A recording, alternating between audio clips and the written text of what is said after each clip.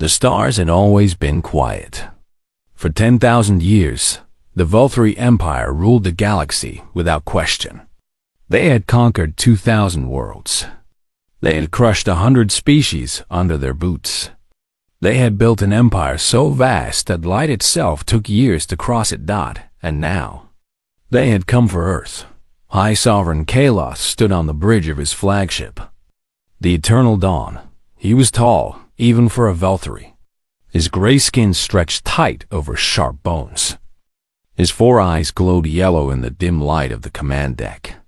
Around him, officers moved with quiet fear. No one spoke unless spoken to. No one dared. Through the massive viewing window, Earth hung like a blue jewel against the black void. Kaloth studied it with disgust. Such a small planet. Such weak creatures living on it. The humans had only reached their own moon. They still burned dead plants for energy. They still killed each other over invisible lines on maps. Primitive, Kaloth said. The word dripped with contempt. His admiral, a scarred veteran named Vorith, stepped forward. The fleet is in position, High Sovereign. 500 warships. The humans have detected us. They are attempting communication. Kaloth smiled. It was not a kind smile. Let me hear them beg. The communication screen flickered to life. A human female appeared. She wore a dark uniform and sat in a room filled with other humans. Her face was calm, but Kaloth could see fear in her eyes. He fed on that fear. This is Secretary General Chun of the United Nations, the woman said. We come in peace. We wish to open diplomatic relations with your people. There is no need for conflict. Kaloth laughed. The sound echoed across the bridge. His officers joined in, though their laughter was nervous. Peace, Kaloth repeated. You speak of peace while you cannot even unite your own planet. You fight wars over patches of dirt. You pollute your own air. You are children playing with matches, and you dare speak to the Volturi of peace. Secretary General Chun leaned forward. We are willing to negotiate. Whatever you want, we can discuss it. Please. There are 8 billion people on this planet. Families, children. We only ask for a chance to talk. Kaloth waved his hand. The gesture was lazy, dismissive. The Volturi do not negotiate with insects. Your planet has resources we require. Your species will serve us as slaves, or you will serve us as dust. The choice is already made. The screen went dark. Admiral Vorith awaited orders. The entire bridge held its breath. Begin the demonstration, Kaloth commanded. Destroy one of their major cities. Let them understand what they face. The first plasma beam fell from the sky like the finger of an angry god. It struck New York City at 3 in the afternoon local time. The beam was a mile wide. Everything it touched simply ceased to exist. Buildings vanished. Streets melted. Millions of people died before they could even scream. The shockwave spread outward. It shattered windows in New Jersey. It knocked planes from the sky over Connecticut. A cloud of ash and fire rose into the atmosphere, blocking out the sun. Then came Tokyo. Then London. Then Sydney. 4 cities. 40 million dead. And the Volturi fleet had not even moved from orbit. On Earth, chaos erupted. People ran through the streets with nowhere to go. Governments issued emergency broadcasts that no one heard. Military jets scrambled into the air, but they were flies against dragons. Human missiles launched toward the alien ships. They exploded harmlessly against energy shields that glowed like soap bubbles. Kaloth watched it all with satisfaction. This was how it always went. First, the shock. Then, the despair. Then, the surrender. He had seen it 1,000 times on 1,000 worlds. But deep beneath a mountain in Colorado, something different was happening. General Yuki Tanaka stood in a room that did not officially exist. The walls were lined with screens showing feeds from around the world. Fires burned in every image. Death tolls scrolled past like stock prices. Around her, officers worked in grim silence. A young captain approached her. His face was pale. "General, we have confirmed the casualties. Over 40 million dead. The president is requesting a full nuclear response." Tanaka shook her head. "Nuclear weapons will not scratch those shields. We knew this day would come. We prepared for this day." She turned to face a large red panel on the wall. "Contact the president. Tell him it is time for Protocol Prometheus." 20 minutes later, Tanaka had authorization. She pressed her palm against a scanner. She entered a code that only 7 people on Earth knew. She spoke a phrase in a language that had been dead for 3,000 years. The mountains shook across the world. Things began to wake up. In the Nevada desert, a door opened in the sand. In the deep Pacific Ocean, shapes rose from the darkness. In orbit around Neptune, where no human ship had ever officially traveled, lights flickered on inside massive structures that had waited for 70 years. "Send the message," Tanaka ordered. "All Prometheus assets. All stations. Code Black, this is not a drill." On the bridge of the Eternal Dawn, a sensor officer frowned at his console. Something was wrong. New readings were appearing. Energy signatures that had not been there moments before. "High Sovereign," the officer said, his voice uncertain. "We are detecting anomalies." Kaloth barely glanced at him. "Explain."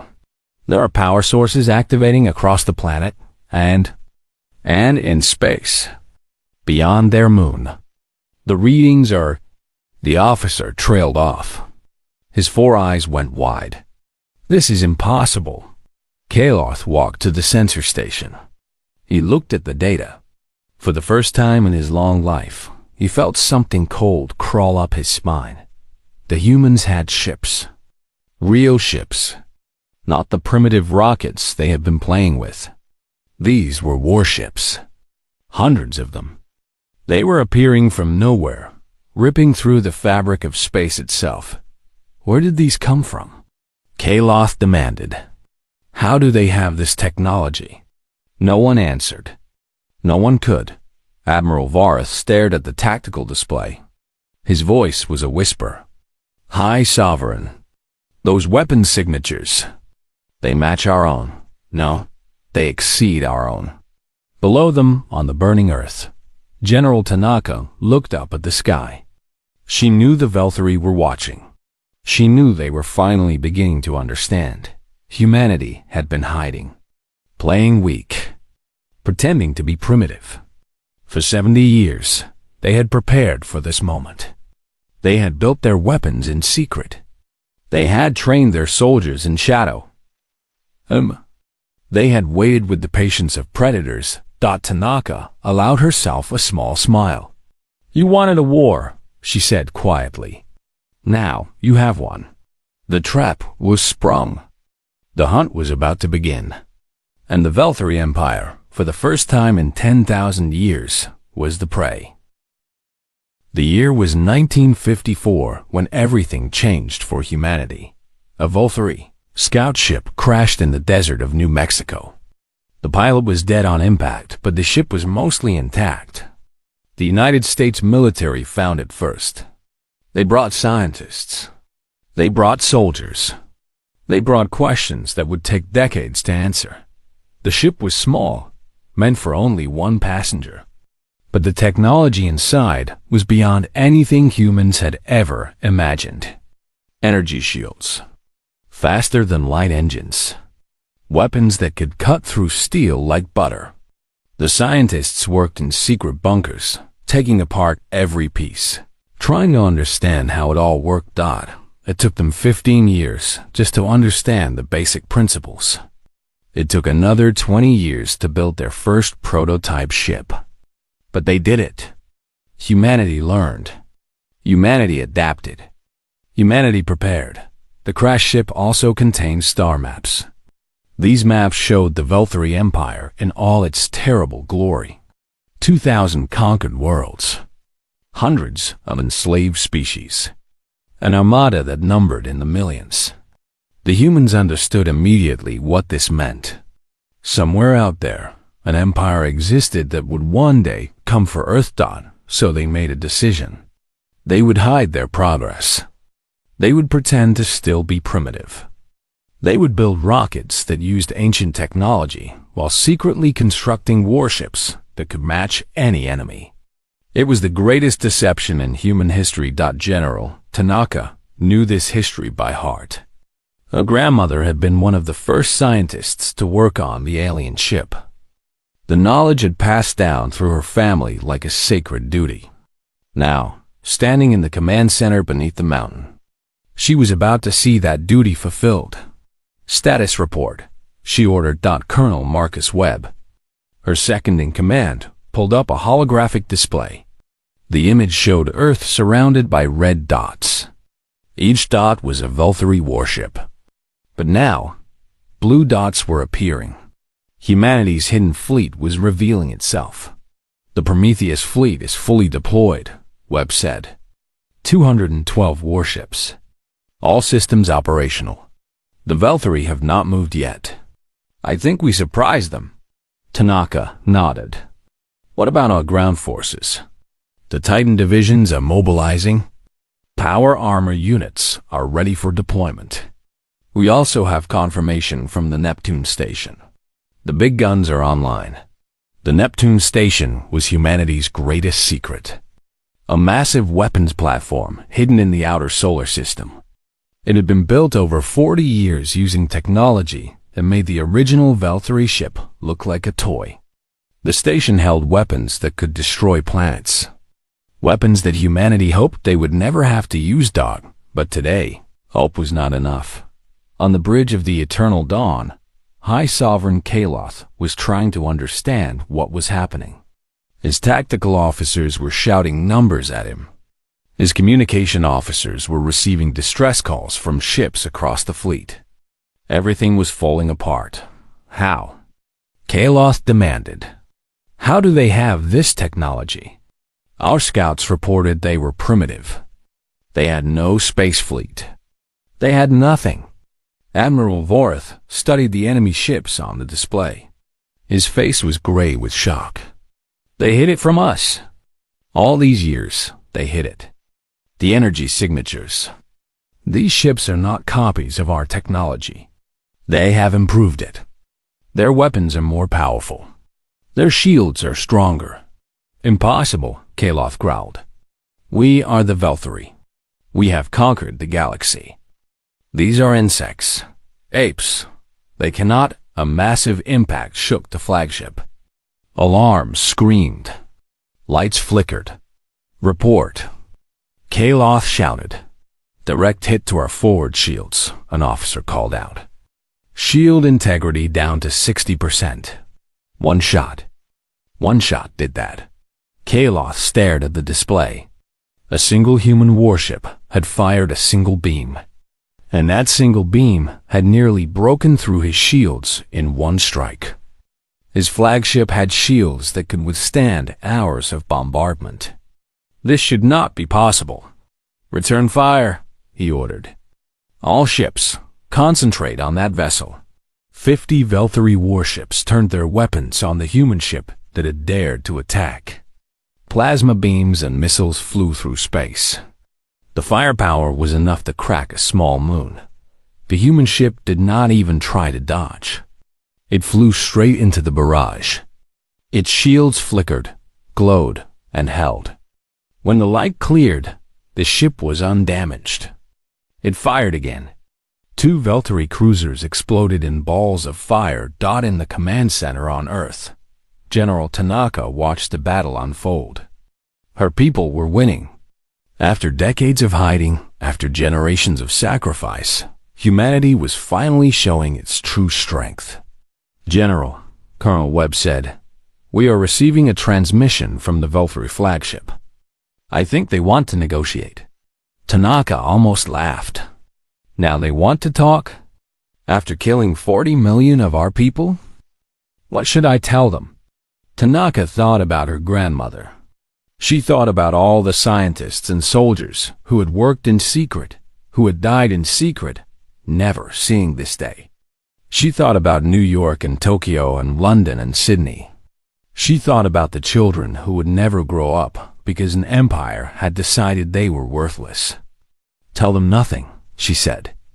Open a channel to our fleet. All ships, you are cleared to engage. No mercy, no prisoners. Make them pay for every life they took. The Prometheus fleet surged forward. 200 warships against 500. The numbers favored the Valkyrie. But numbers meant nothing when technology decided the outcome. Human ships moved faster than the Valkyrie could track. Human weapons cut through Valkyrie shields like paper.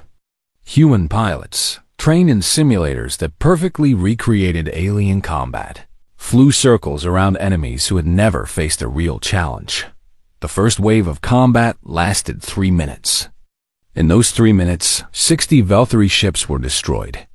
Humanity lost 2. High Sovereign Kaloth watched his empire's pride burn in the cold vacuum of space. He could not understand it. He could not accept it. These were humans. They built pyramids with their hands. They still used wheels.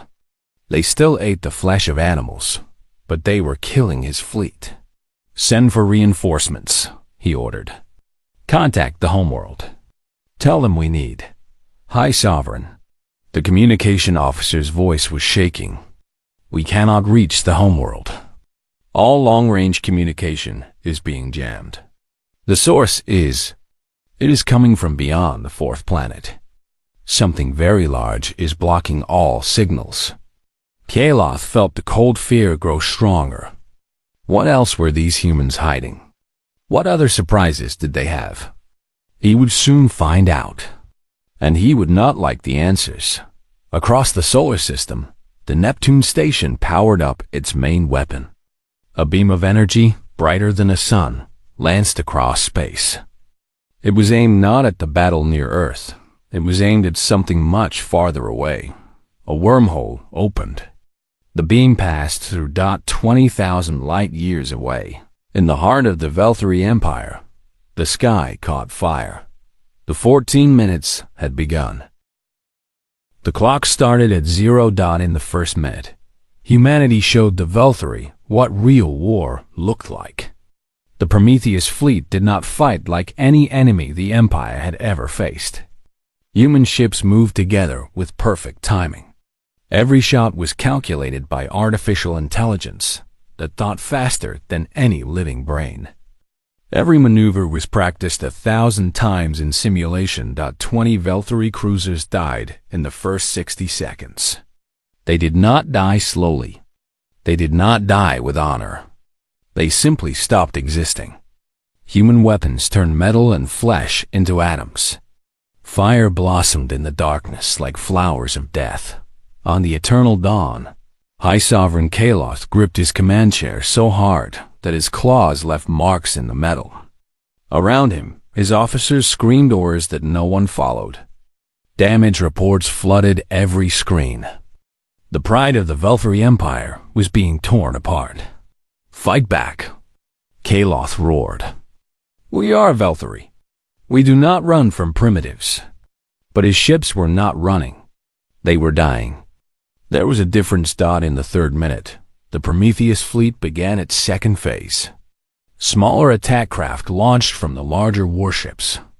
These were called Wraith Fighters. They were fast, deadly, and piloted by men and women who had trained their entire lives for this moment. Lieutenant Sarah Chun was one of these pilots. A great aunt had died in New York 2 hours earlier. Sarah did not know this yet.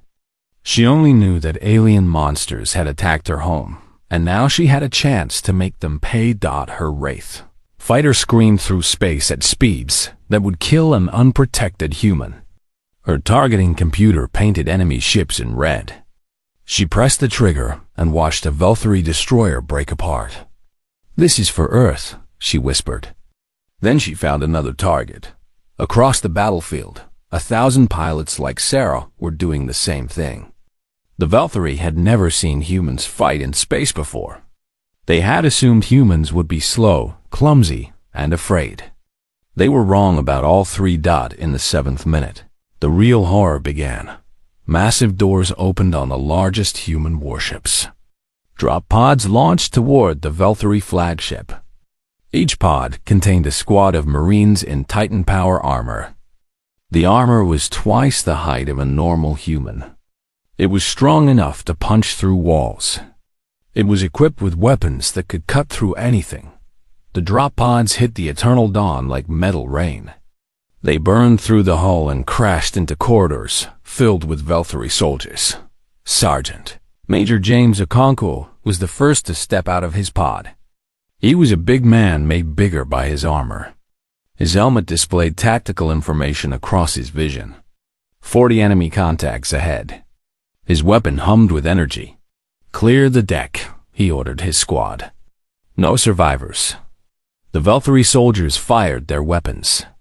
The plasma bolts splashed against Titan armor and did nothing. The Marines fired back. Valkyrie soldiers flew apart in sprays of purple blood. It was not a battle. It was an execution. In the 10th minute, everything changed. High Sovereign Kaloth received a message that broke his mind. His homeworld, the center of Valkyrie civilization, was gone. The Neptune station had fired through a wormhole.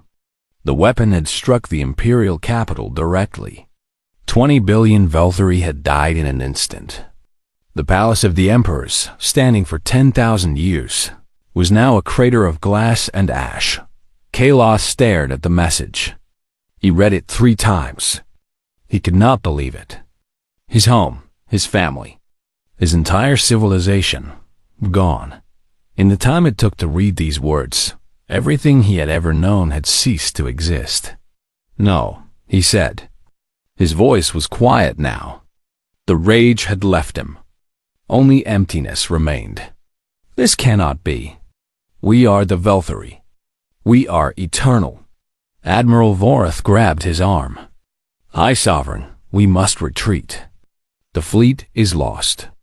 If we stay, we die." "Retreat to where?" Kaloth asked. "There is nowhere left. They destroyed our homeworld. They killed our people. Everything is gone." The flagship shook again. Explosions sounded in the distance. The human Marines were getting closer to the bridge. In the 12th minute, the Valkyrie fleet broke. Ships that had never known defeat suddenly ran like frightened animals. They turned away from Earth and tried to jump to faster than light speed. But the humans had planned for this. Gravity mines, hidden throughout the battlefield, activated and trapped the fleeing ships. One by one, the remaining Valkyrie vessels were destroyed. Some surrendered. Their surrender was not accepted. The humans had lost 40 million people. They were not in a forgiving mood. Captain Elena Rodriguez commanded the human battleship, Thunder of Terra. She watched the Valkyrie carrier try to flee. Her weapons officer looked at her, waiting for orders. "They killed children," Elena said softly. "They laughed while our cities burned." She gave the order. The carrier became debris. In the 14th minute, it ended. Sergeant Major Okonkwo kicked down the door to the Eternal Dawn's bridge. His squad spread out behind him, weapons raised. Valkyrie officers threw down their arms and fell to their knees. They had seen what happened to those who resisted. Only High Sovereign Kaloth remained standing. He faced a human soldier with empty eyes. His 4 pupils had gone dull. He looked like a creature that had already died and was simply waiting for its body to realize it. "You destroyed my empire," Kaloth said. 10,000 years of history. Billions of lives. Gone in minutes. Okonkwo removed his helmet. His face was hard and showed no sympathy. "You attacked our planet. You killed our people. You thought we were weak. You hid," Kaloth said. "You pretended. You tricked us." "Yes." Okonkwo smiled. It was not a nice smile. And you fell for it. On Earth, General Tanaka watched the final moments on her screens. The Valkyrie flagship was captured. The fleet was destroyed. The enemy homeworld was ash. It had taken 14 minutes. Just 14 minutes to end a war that the Valkyrie had expected to win in hours. She turned to face her officers. They looked at her with a mix of exhaustion, grief, and fierce pride. "Send a message to every frequency," she ordered. "Let the entire galaxy hear it. Earth is not to be touched. Humanity is not to be threatened. If anyone else wants to test us, they can ask the Valkyrie how that worked out." She paused. "Oh wait, they cannot, because the Valkyrie are gone." Across the stars, the message spread, and the galaxy listened. For the first time, they truly listened. Humanity had announced itself to the universe, and the announcement was written in fire. The galaxy had many eyes, and all of them had been watching Dot in a hidden station at the edge of known space. The conclave of 12 gathered. They were the true rulers of the universe.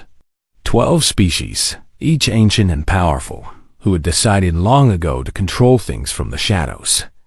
They did not conquer worlds directly. They manipulated. They guided. They chose which civilizations would rise and which would fall. The Valkyrie had been their attack dogs for 10,000 years. When a species grew too strong, the conclave would whisper in Valkyrie ears. The Empire would attack. The threat would be eliminated. The balance would be maintained. Now, the attack dogs were dead. And the conclave was afraid. Ambassador Drell was the oldest member of the conclave. His species, the Kellerith, had seeded life on 1,000 worlds over millions of years. They were the gardeners of the galaxy. Earth had been one of their projects. They had placed primitive apes there long ago, expecting them to evolve into useful servants. Instead, they had created monsters. "Play it again," Drell ordered. The recording showed the battle near Earth. It showed the Valkyrie fleet being torn apart. It showed the human ships moving with impossible speed and precision. It showed the homeworld of the Empire vanishing in nuclear fire.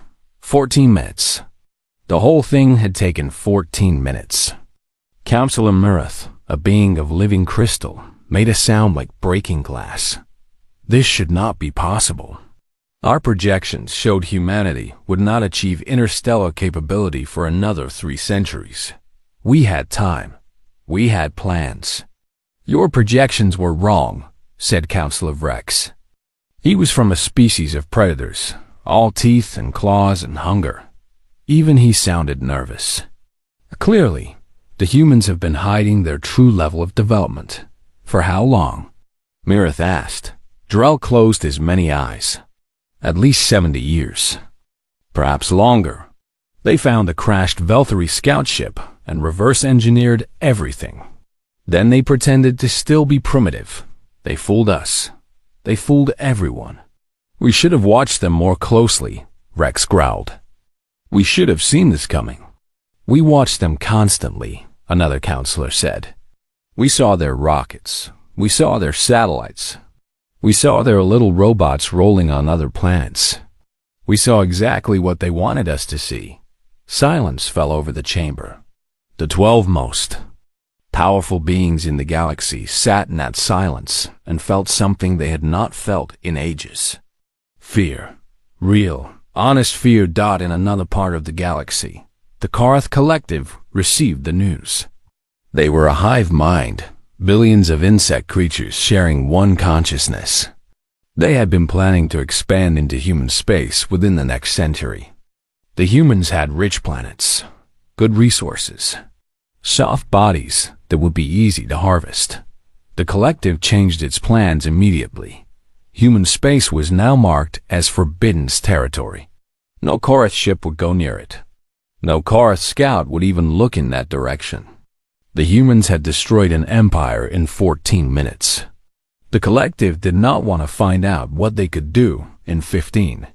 On the trade world of Nexus Prime, merchants from 100 species gathered in the great markets. News of the battle spread like fire through dry grass. Everyone had heard of the Velthari. Everyone had feared them. And now everyone knew that the Velthari were gone. A Telani merchant, his blue scales shimmering with excitement, spoke to a crowd of listeners. My cousin's ship was near Earth when it happened. He saw the whole thing. The human ships came from nowhere. They were beautiful and terrible. They moved like dancers and killed like gods. The Velthari had 500 ships, someone said. They have none now, the merchant replied. The humans destroyed everything. Every single ship. They even sent something through a wormhole to attack the Velthari homeworld. Do you understand what that means? They can strike anywhere in the galaxy instantly. No one is safe from them. Panic spread through the market. Species that had never worried about Earth now scrambled to learn everything they could about humans. What did they want? What did they hate? How could they be appeased? Back at the Conclave station, Drell made a decision. We must make contact with them, he said. We must sue for peace before they decide to come for us. Council of Rex bared his teeth. Sue for peace? We are the Conclave. We do not beg. The Velthari did not beg either, Drell replied. Look where that got them. Rex fell silent. He had no answer. The humans are angry, Drell continued. They lost 40 million of their people. They will want justice, perhaps revenge.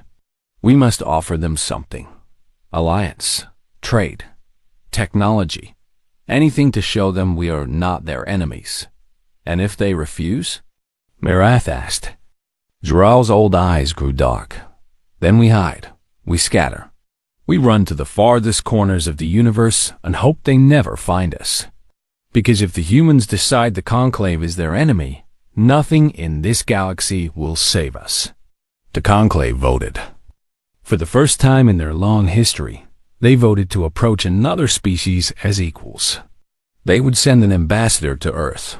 They would offer peace. They would hope that the humans were more merciful than the Velthari had been. On distant worlds, other changes were happening. The Rivas pirates, who had raided thousands of ships over centuries, held an emergency meeting. Their leader, a scarred female named Keth, stood before her captains. New rule, she announced. No human ships. No human colonies. No human stations. We do not touch anything that belongs to humanity. Anyone who breaks this rule will be killed by me personally. Do you understand? No one argued. The Raviks were pirates, not fools. The Slavers Guild, an organization that had trafficked in living beings for millennia, updated their records. Humans were now classified as forbidden stock, not because they were protected by law, because they were too dangerous. Word spread through the underworld, through the trading posts, through the military academies of 1,000 species. Earth was off limits. Humans were not prey. Anyone who thought otherwise would end up like the Velthari.N in the cold depths of space, drifting through the debris field that had once been the greatest fleet in the galaxy. A small Velthari escape pod tumbled end over end. Inside, a young officer named Salith listened to the silence of his dead empire. He had been unconscious when the final attack came. He had woken to find everything gone. His ship, his crew, his high sovereign. All of it was debris now. Salith was alone. He was the last Velthari in the solar system. Perhaps the last Velthari anywhere.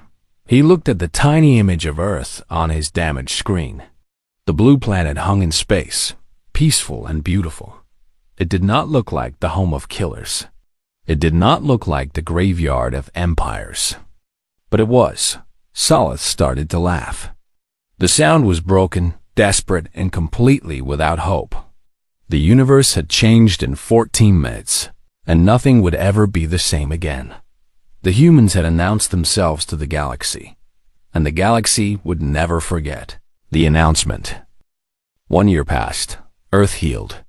It did not heal quickly, and it did not heal completely, but it healed. The craters where New York and Tokyo and London and Sydney had stood were now memorial parks. Flowers grew in soil that had once been ash. Names of the dead were carved in the walls of black stone that stretched for miles. 40 million names. 40 million stories ended too soon, but humanity did not dwell in grief. They built. They created. They reached toward the stars with hands that the universe now knew to fear. New cities rose from the ruins. They were taller than before, stronger than before, more beautiful than before. Human engineers used alien technology openly now. Buildings floated on anti-gravity platforms. Streets glowed with clean energy. The sky was filled with ships coming and going, trading with 100 worlds that had once never heard of Earth. General Yuki Tanaka stood at the window of her office in the new United Earth military headquarters. She was older now. The year had aged her more than the previous decade. She had sent soldiers to die. She had ordered the destruction of a civilization. She had saved her species. Some nights, she still dreamed of the Velthury homeworld burning. A knock came at her door. Colonel Webb entered, carrying a tablet.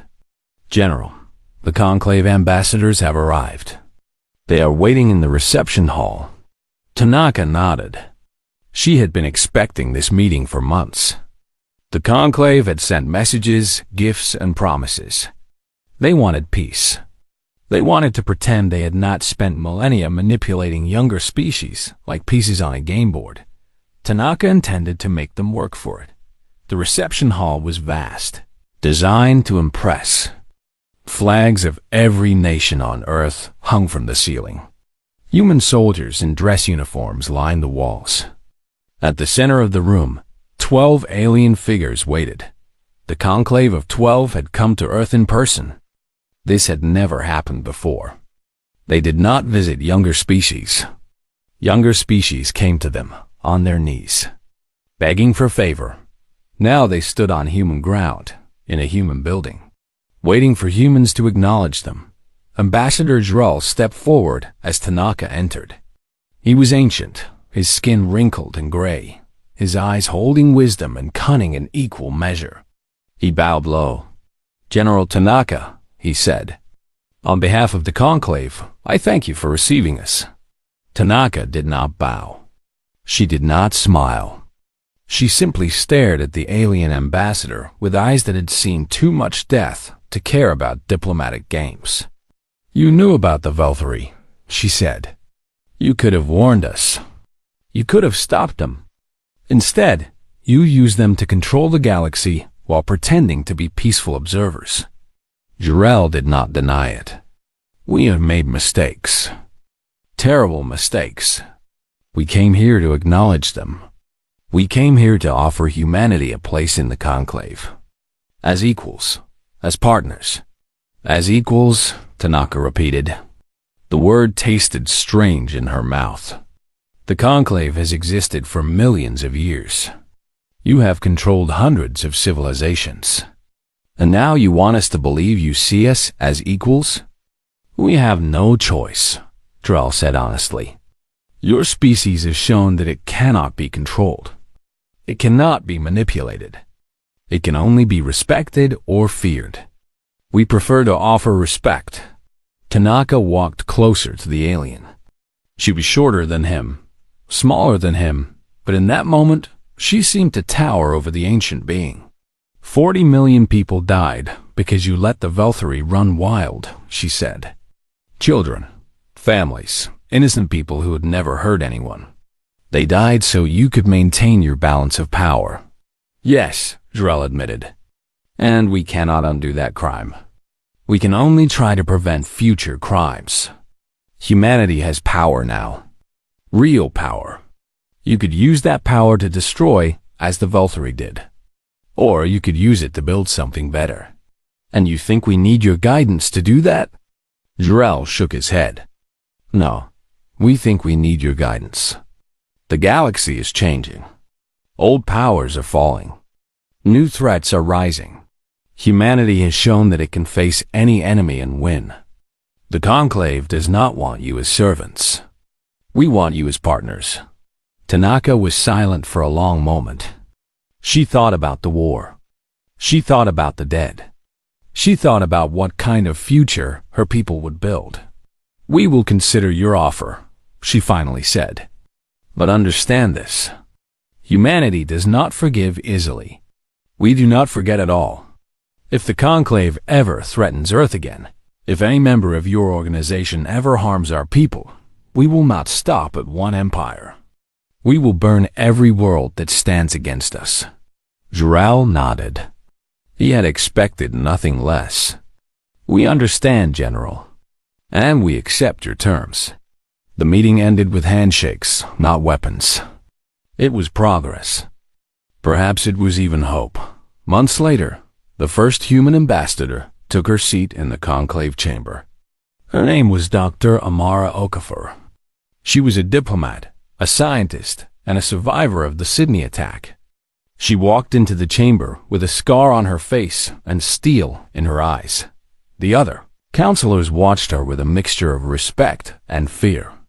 This small, soft-looking creature represented a species that had ended an empire in 14 minutes. They would be very careful around her. Dr. Okafor took her seat and looked around the chamber. 12 species, each ancient and powerful, now counted humans among their number. It was a new age, a new beginning. On Earth, life continued. Children played in parks built on the graves of cities. Students learned about the Veltari War in history classes. Young people dreamed of exploring the stars, not as weak primitives hiding their strength, but as proud members of a galactic civilization. General Tanaka retired. She bought a small house in the Japanese countryside, near where her grandmother had been born. She planted a garden and watched the sunrise, and tried not to dream about burning worlds. One evening, a young reporter came to interview her. The reporter asked what message Tanaka had for future generations. Tanaka thought for a long time before answering. "We were sheep once," she said. "We pretended to be harmless. We let the wolves think they could eat us whenever they wanted. But we were never really sheep. We were wolves ourselves, wearing wool and waiting." She looked up at the stars, now filled with human ships and human stations and human hope. The universe knows what we are now. They know that we can be friends or we can be enemies, but we will never be victims again. That is the lesson of the Veltari War. That is what I want future generations to remember. The reporter nodded and ended the recording. Above them, the stars shone bright. The galaxy was vast and full of wonders and dangers. Humanity was ready for all of it. They had walked through fire and come out stronger. They had faced annihilation and answered with thunder. They had shown the universe what happened when you underestimated the children of Earth. And now, finally, they were home among the stars, where they belonged, where they would stay. Forever.